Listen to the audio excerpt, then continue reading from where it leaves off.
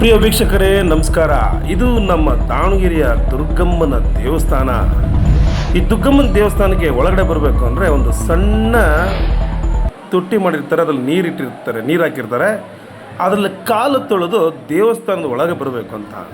ಇಲ್ಲಿ ನೋಡಿ, ನಾಮಪತ್ರ ಸಲ್ಲಿಸೋಕೆ ಅಂತ ಬಂದಂಥ ನಮ್ಮ ನಾಯಕರುಗಳು ಚಪ್ಪಲಿನ ಸೀದಾ ದೇವಸ್ಥಾನದ ಒಳಗಡೆನೇ ಬಿಟ್ಟುಬಿಟ್ಟಿದ್ದಾರೆ. ತಮ್ಮ ಚಪ್ಪಲಿಗಳ್ನ ಹುಡುಕ್ತಾ ಇದ್ದಾರೆ, ಕೆಲವರು ತೊಡಿಸ್ತಾ ಇದ್ದಾರೆ. ಎಂಥ ಅಚಾತುರ್ಯ! ತಾಯಿ ದೇವಿ ದುಗ್ಗಮ್ಮ, ನೀನೇ ಕಾಪಾಡಮ್ಮ.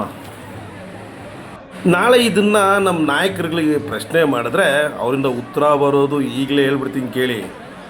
ಅದೇನು ದೊಡ್ಡ ವಿಚಾರ ಅಲ್ಲ ಕಣಯ್ಯ. ನಾವೇನು ದುಗ್ಗಮ್ಮನ ದೇವಸ್ಥಾನ ಗರ್ಭಗುಡಿಗಳಿಗೆ ಹಾಕ್ಕೊಂಡು ಹೋಗಿದ್ವೇನಯ್ಯ, ಹೊರಗಡೆ ಬಿಟ್ಟಿದ್ದೀವಿ.